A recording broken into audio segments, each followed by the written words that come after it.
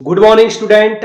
नए दिन की शुरुआत करते हैं नए वीडियो के साथ। तो आज जो हम पढ़ेंगे मैथ्स का टॉपिक है वो है फेस वैल्यू।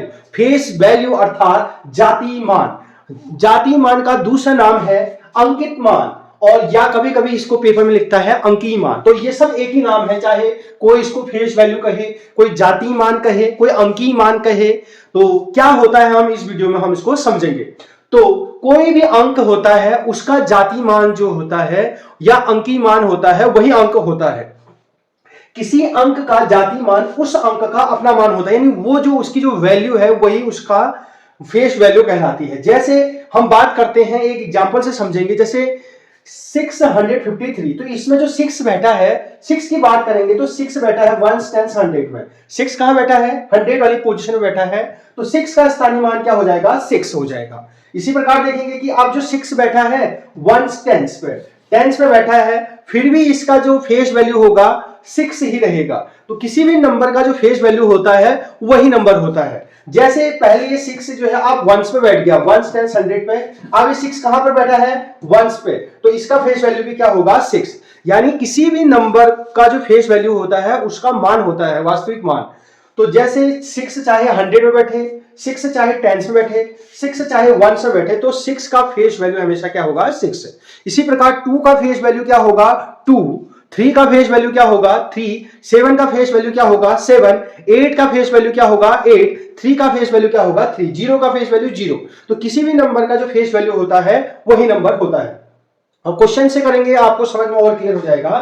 क्वेश्चन पढ़ते हैं, what is the face value of 8 इन 987? यानी 987 में ये जो 8 है इसका फेस वैल्यू हमें निकालना है। हमें क्या निकालना है? Face value. यानी फेस वैल्यू को कहते हैं जाति मान, और 987 में 8 का निकालना है। तो अभी आपको बताया था किसी भी फेस वैल्यू जो होता है वही नंबर होता है। तो 8 का फेस वैल्यू कितना आ जाएगा? 8 आंसर हो जाएगा। इसी को हिंदी में देखते हैं, 3465 में 3 का जाति मान बताओ। जाति मान या फेस वैल्यू सेम बात होती है, यानी उसकी वास्तविक मान कितना है। तो जाति मान 3465 में जो 3 का जाति मान है वो हो जाएगा 3। किसी भी नंबर का अगर वो 4 का पूछता तो 4 का जाति मान कितना हो जाता है? 4। 6 का जाति मान पूछता तो कितना हो जाता है? 6। 5 का जाति मान पूछता तो आंसर कितना आ जाता है? 5।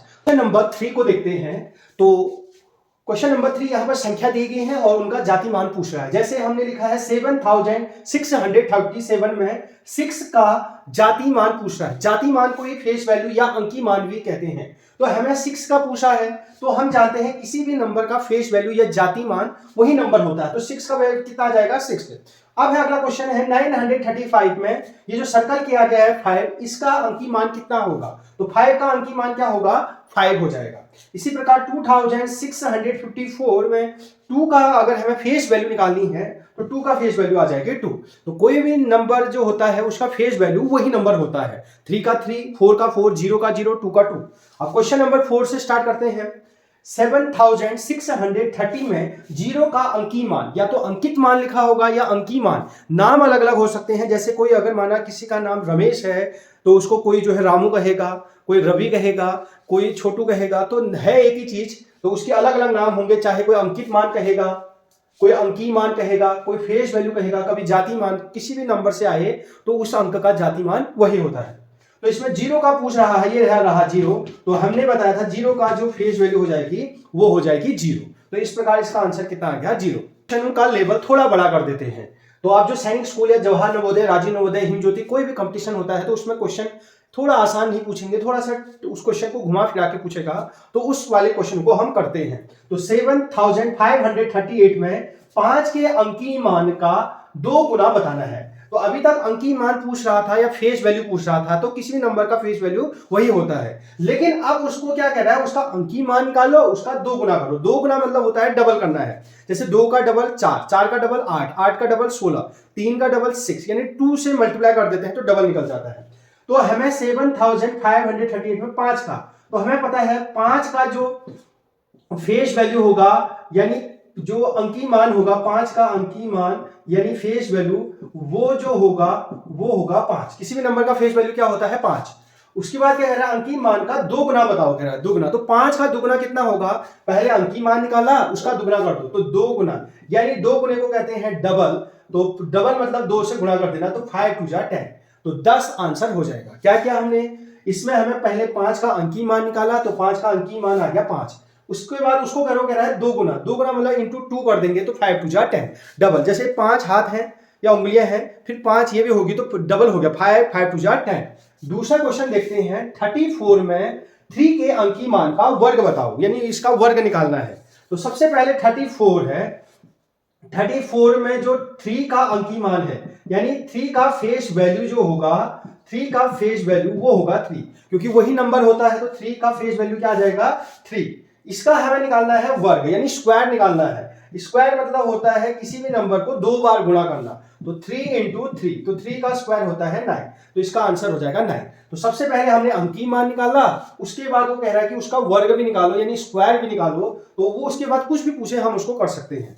क्वेश्चन नंबर 7 कर रहे हैं, 9807 में 9 के जाति मान से 100 अधिक बताना है।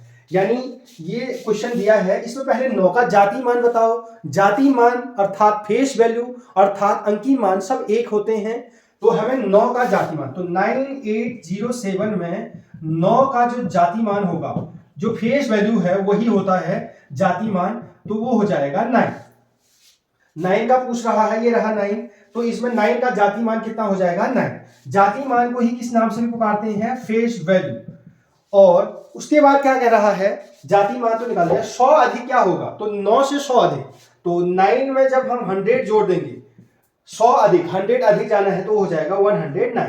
तो आंसर कितना आ गया, 109 आंसर हो जाएगा। कैसे, 9 का जाति मान 9 हो गया, 100 अधिक है ना, 9 से 100 अधिक जाएंगे, अधिक मतलब प्लस, तो 109 आंसर आ जाएगा।